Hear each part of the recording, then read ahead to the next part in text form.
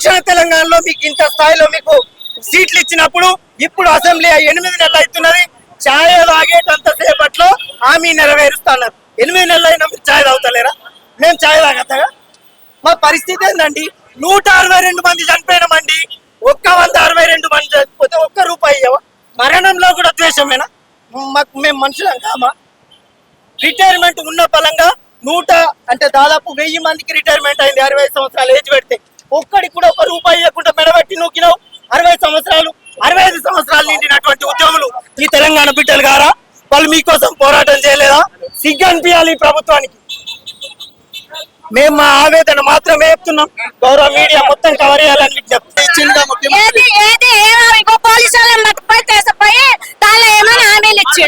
అంత నుంచి ఏం లేదు.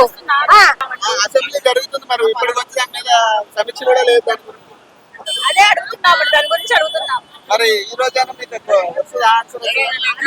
దానికోసం వెయిట్ చేస్తున్నాం. వచ్చినాం మాకు కావాలి రెగ్యులర్ చేస్తారుగా, మరి ఏం చేయలేదు. ఆ పద్ధతిలో కేసీఆర్ మన రేవంత్ రెడ్డి గారు, సీతక్క గారు, భట్టి గారు, వివిధ మన మినిస్టర్లు వచ్చేసి మాకు న్యాయం కంపల్సరీ మీకు న్యాయం చేస్తాము. మీరు చాలా కొంతమ్మ కోరిక, మీ కోరిక అసలు న్యాయం ఉంది. మీరు చిన్న చిన్న కోరికలు కోరుతారు. మీరు నేను ఛాయ్ తాగినంత సేపట్లో పరిష్కారం అనేది చెప్పడం జరిగింది సార్. దయచేసి 7 నెలలు అవుతుంది, కానీ ఒక్కరోజు కూడా మా గురించి ఆలోచిస్తే నాదు లేదు. ఇంతకుముందు ప్రతి ఎమ్మెల్యేకి మా గురించి మాట్లాడాను సార్.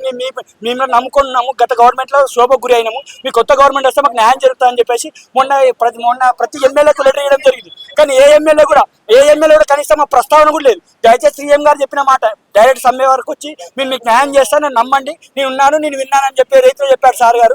కాబట్టి దయచేసి ఆ సీఎం గారు ఎవరైతే మాట ఇచ్చారో తను ఉన్నతమైన పదవిలో ఉన్నారు. ఇప్పుడు సీఎం పోస్ట్ లో ఉన్నారు. భట్టి గారు ఇచ్చారు, ఉప ముఖ్యమంత్రి పోస్ట్ ఉన్నారు. సీతక్క గారు ఇచ్చారు, తను కూడా ఒక మంత్రిగా పనిచేస్తున్నారు. కోమటిరెడ్డి వెంకట గారు ఇచ్చారు, వాళ్ళు కూడా మంచి పదవులు ఉన్నారు. దయచేసి మా గురించి 22 ఏళ్ళు పట్టించుకోలేరు. కనీసం ఆ గత గవర్నమెంట్ పాలనలో మేము నాశనమైనాం. కానీ కొత్త గవర్నమెంట్ వస్తేనే మాకు మా ఆశల గురించి మేము అనుకున్నది జరుగుతుంది అనుకున్నాం. కానీ ఈ గవర్నమెంట్ కూడా మా గురించి ఆలోచించడం కాదు కదా. మన అసెంబ్లీలో ప్రస్తావన కూడా ఇప్పటికి 2 అసెంబ్లీ అండి. ఫస్ట్ అసెంబ్లీ పట్టించుకోలేదు కదా, కొత్త గవర్నమెంట్ కదండి, ఇప్పుడే పుట్టిన పిల్ల కదా, ఎందుకు మాట్లాడమని ఉద్దేశం. కానీ ఇప్పుడున్న అసెంబ్లీ కూడా కనీసం మా ప్రస్తావన కూడా లేదు. మేము ఆల్రెడీ లెటర్స్ ఇచ్చాం, ప్రతి ఎమ్మెల్యేకి లెటర్స్ ఇచ్చాం, ప్రతి కాన్స్టిట్యూన్సీలో. సార్ మా గురించి మాట్లాడండి సార్ అని చెప్తే కూడా మా గురించి మాట్లాడిన నాదు కూడా లేదు. దయచేసి సీఎం గారు దృష్టి పెట్టుకొని మాకు న్యాయం చేయాలని కోరుతున్నాం. మిమ్మల్ని పైన నమ్ముకొని బతుకుతున్నామండి. మేము కూడా మధ్యతరగతి కుటుంబంలో వచ్చినాం. కాబట్టి దయచేసి మనం దృష్టి పెట్టుకొని 22,000 మంది ఫ్యామిలీస్ మీకు సపోర్ట్ చేసాం.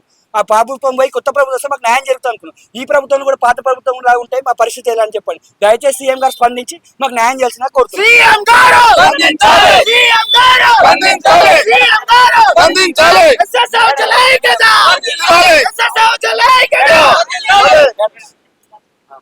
సార్ మేము శాంతియుతంగానే పోరాటం చేయడానికి వచ్చినాం సార్. మేము ఎవరిని ఎక్కడ ఇబ్బంది పెట్టడానికి కానీ ప్రభుత్వ ఆస్తులు ఏది ధ్వంసం చేయడానికి రాలేదు.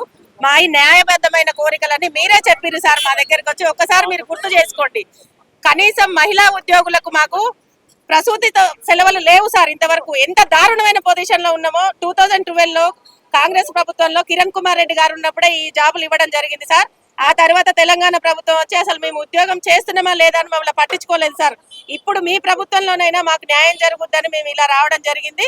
మిమ్మల్ని ఎక్కడ ఎవరిని ఉద్దేశించి మేము ఎవరిని ఇబ్బంది పెట్టడానికి కాదు సార్. మేము న్యాయంగా పోరాడుతున్నాం. మీరు చెప్పినదే మీకు ఒకసారి గుర్తు చేయడానికి వచ్చినాం సార్. మమ్మల్ని రెగ్యులరైజ్ చేయాలి.